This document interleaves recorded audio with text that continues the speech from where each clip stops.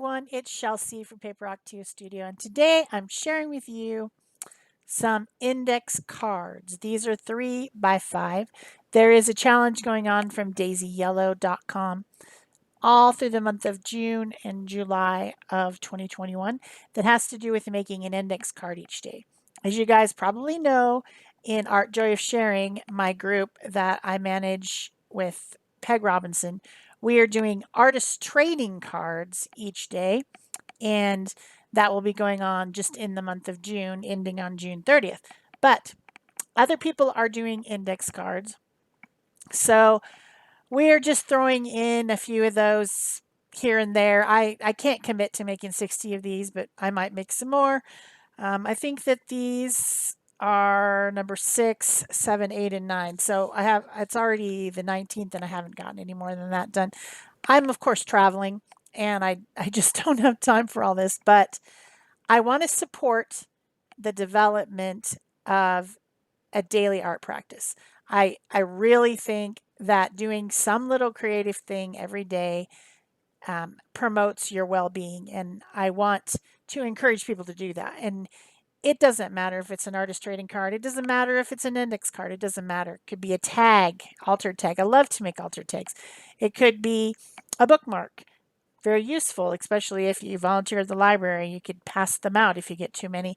It could be a little coaster or a little magnet, something small that's easy to accomplish in a short amount of time, and you can use your mixed media techniques, practice, the things that you like to do, and get in the habit of being creative every day. Maybe you don't make a little art thing, maybe you bake something one day, and that's your creativity in developing a recipe. But just helping yourself to take a little bit of relaxation and time for yourself each day to do something creative is really important in our lives, and something that we lose when all we do is work, work, work, work, work. So I want to encourage that. So I am throwing in a few index cards during this time frame of when people are doing index cards in addition to my artist trading cards. You can follow me on Instagram at PaperOcotilloStudio, and you will see all the things that I put up during daily challenges. That's a good way to follow. Or, of course, you can subscribe here on YouTube and you will see the videos as they come out every other day, pretty much. Grouping things together and seeing how I made them and what products I used might help you to maybe get out something that you've had for a while and you haven't used it. So to start out this index card, these are just very inexpensive, cheap, floppy little cards. And I think that I will probably at some point, some of them will get torn up and made, put into my collages because I am a mixed media collage artist. But it's fun to just make these little things. So I started out with some products that I hadn't used yet that I had in my bin. Some Art Basics gessos, a heavy black gesso through a stencil. That's a Stencil Girl stencil designed by Kat Kerr.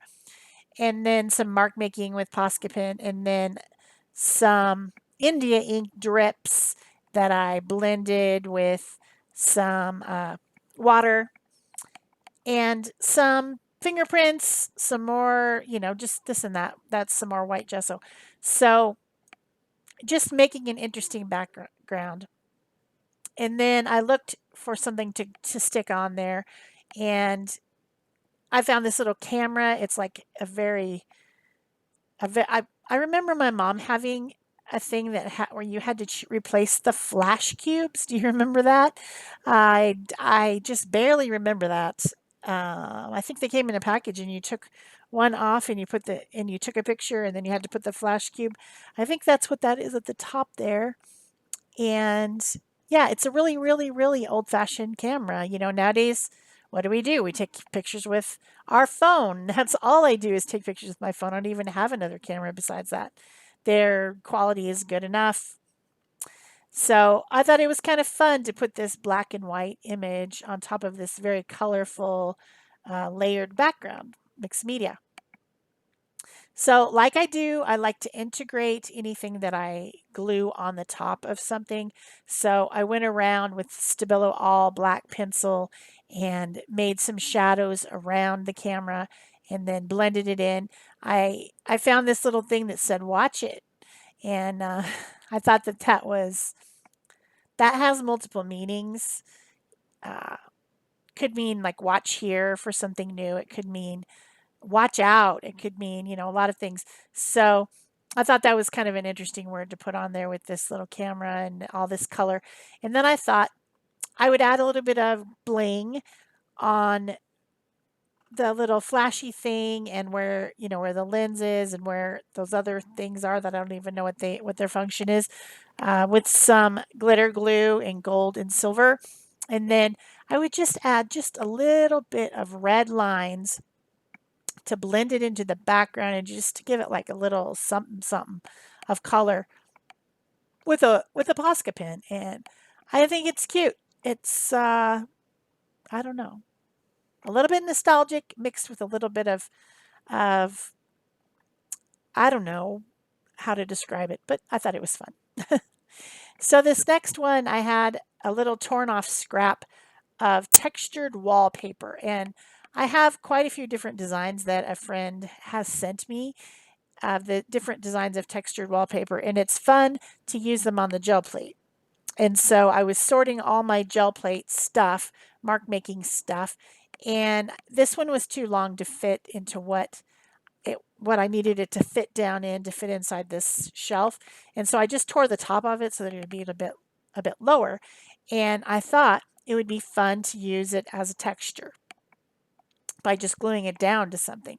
So I glued it onto the index tag, and then I went over it with heavy white gesso, which is also that Art Basics, those 2 tubes of gesso I hadn't used yet. Um, I think Peg might have given them to me. I don't know, but I don't remember buying them, but somehow they've arrived. So then I wanted to use some acrylic inks that would go like down in the grooves and make the texture of this wallpaper stand out. And I thought acrylic ink would be the best choice because it is more opaque than like a watercolor ink. It will cover more thoroughly. And so I did still have a little bit of that pink color showing through that was originally from gel printing with this piece of paper. So I didn't want that to show. And once I was done drawing all my drippy ink, I thought I wanted to highlight the top parts of the uh, the texture maybe with some gold. And so I put a little bit of embossing ink, clear embossing ink, just dragging it over the very top of the texture. And then I put some gold embossing powder on there and heated it. So it it's interesting looking. I think it's bumpy, has feeling to it. You can feel the texture. I went around the edges with brown. Dark brown stays on to finish up the edges. And then I thought I would put this little butterfly on there in the brown stays on, just for something to look at, something for your eyes to focus on. And so once that was dry, I colored in with a couple different colors of acrylic pen. These are the Posca brand ones. Also very opaque, so I could correct any smearing that happened to that butterfly. I put some gold glitter dots on him. A little bit of bling going on here, some blingy bling.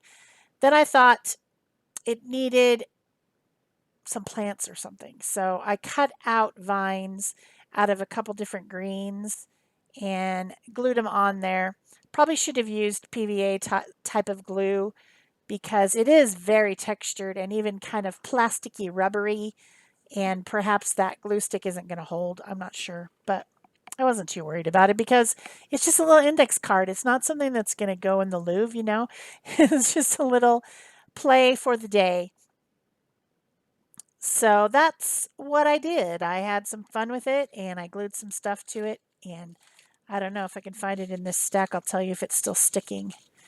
Let me see. Where is it? I thought it was in this stack here on my desk. Oh, yep, it is. Yeah, it's still sticking. It doesn't seem to be peeling up yet. Oh, that one's peeling up. Okay. So I probably need to put some like tacky glue or something on there to make it stick better, but I don't really care. Don't really care. Sometimes when I make these index cards, I bind them into a little book, um, back to back. I glue them back to back and then bind them into a little book, and it's cute to flip through like a little tiny art journal. But I don't know if I'm going to do that with these. I'm not really sure. I'm just not committed. I'm not committed to the whole long iCAD thing this year. I just don't know if I want to make 60 of them. That's a lot. So I just don't know if I will. I also added some more gold glitter glue on there, Stickles brand, to continue with the theme of bling, bling, bling. Make it all sparkly. And then I guess I put a sticker for something to say on there. Tim Holtz stickers from Ranger with little sayings on them. And that one is finished. Kind of cute. Remind me of the happiness, it says. Probably something from a line from a book. So this next one, I had this scrap of napkin left that had a cute bird on it, and I decided to use that for my background. Again, on the 3x5 index card, I'm using some Deco Art Deco Page napkin glue. This really does work for a super thin paper like this. It doesn't tear, and it does glue down, dry down without bubbles or wrinkles. I think it has some type of a sizing or something in it that stretches the paper as it's drying, because really it's the only thing that I don't get bubbles when I glue down napkins. You can't be too crazy with it. You can, you still got to be a little bit gentle, but it works really well for that. So I put the original bit down, then I took that side edge and put it up over at the top and some more, so that there wasn't white at the top, and it continues the picture, the colors, without like really having any form. But I will fix that, of course, when I finish this up. So once it was all dry, I got out some uh, Faber-Castell gelato markers, sticks. And then I also have my distress crayons, which I find these two products very similar. And that's the reason that I put them both in the same basket when I was sorting, because they're the same stuff. They're like lipstick, kind of, only maybe a little bit more crumblier. Crumbly, I don't think is a word. More crumbly. I don't think there's an added to that. But I pumped up the color and shape by using those and blending them out a little bit with a wet baby wipe if they were where there was places where it was crumbly. It's probably not normally crumbly. I think when they come, they're very smooth, but these are old. They've been around for a while in my drawer, and I'd kind of just even forgotten they existed. But I recently had a big sort out and clean up in my studio, and I found a lot of things I forgot were there. So I mean, I knew I had gelatos, but I didn't know where they were exactly. So if it's not out and in your rotation of things that you use frequently or that you can see, then you probably won't use it. So I've kind of switched stuff around a little bit and made things more accessible, things that I think I would use if I could find them easily.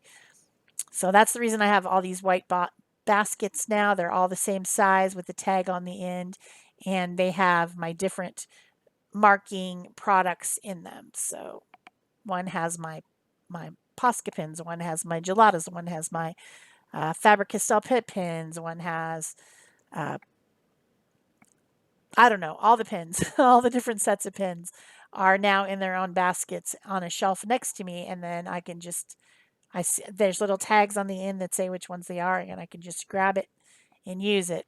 So hopefully that will keep me using these products.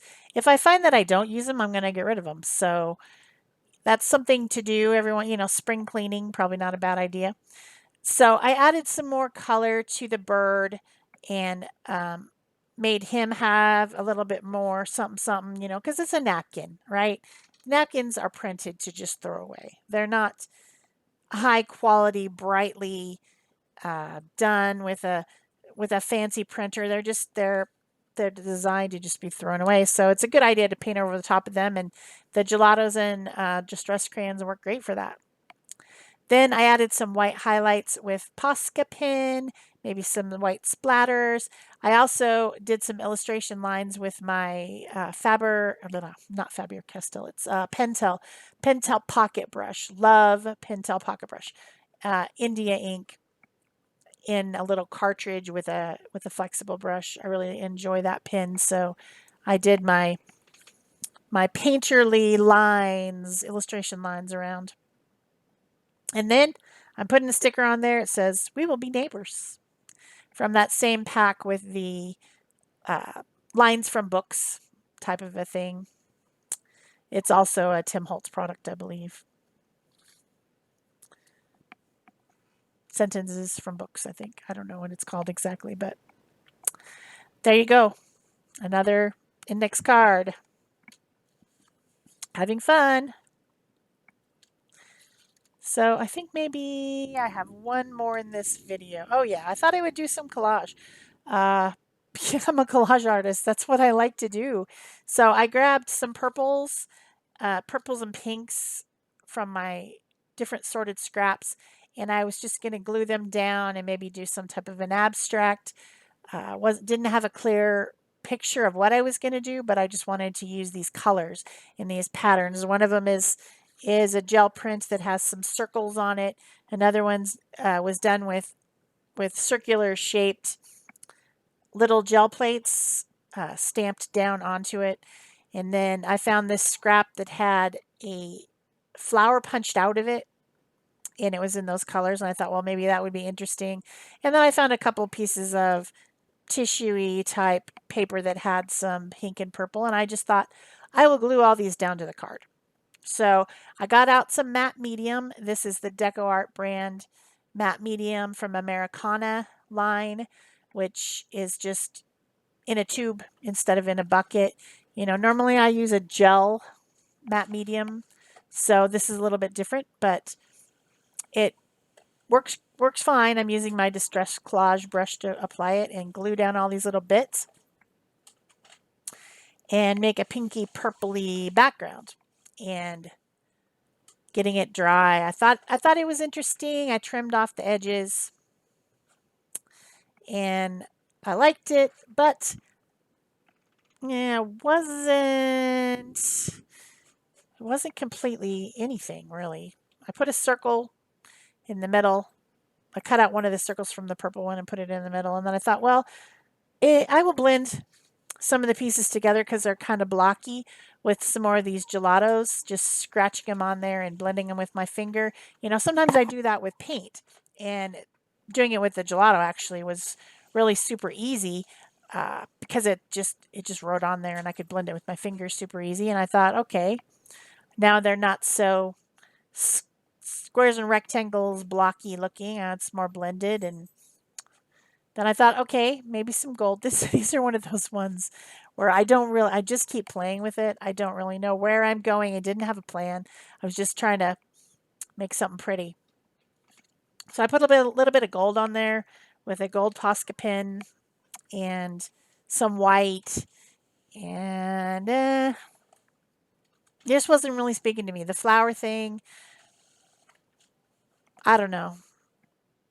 It wasn't, I mean, it was okay.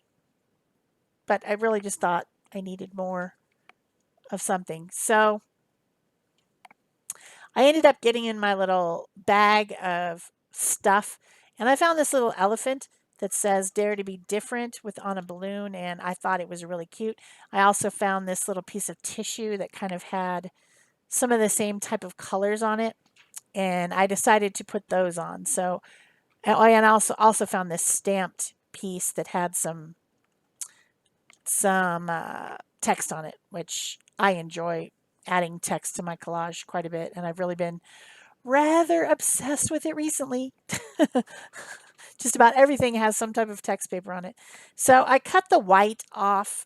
This is one of those punch out die cuts where you get a sheet and then you can punch them out. And somebody gave me the elephant and I thought it was super cute, but I just don't like that white stuff around the edges. It bugs me. So I trimmed that out, fussy cut it off, And then glued this guy down, and he really matches, his colors really match what's going on in the background. I added a little bit of shadow around him to blend him into the background using some Stabilo all black pencil and a water brush to blend. I had put the tissue across the bottom so they'd have something to stand on because elephants don't float in the air, I'm pretty sure. I've never personally seen an elephant floating in the air. I think they're too heavy. So it's got to have a grounding. So that worked out really well to put that piece of interesting tissue paper across the bottom, printed tissue paper. And then I used a white pencil. This is a pencil that has white charcoal, if you believe that, and oil mixed together in a pencil. And it brought back in some of that white highlight that was needed. And I think that's pretty much it for this piece. I hope you guys have enjoyed this video. If you have, please remember to give it a thumbs up or leave me a comment or question or both. Subscribe to the channel and turn on your notification bells. So that's it for me for today. I hope you enjoyed these index cards. Thanks. Bye-bye.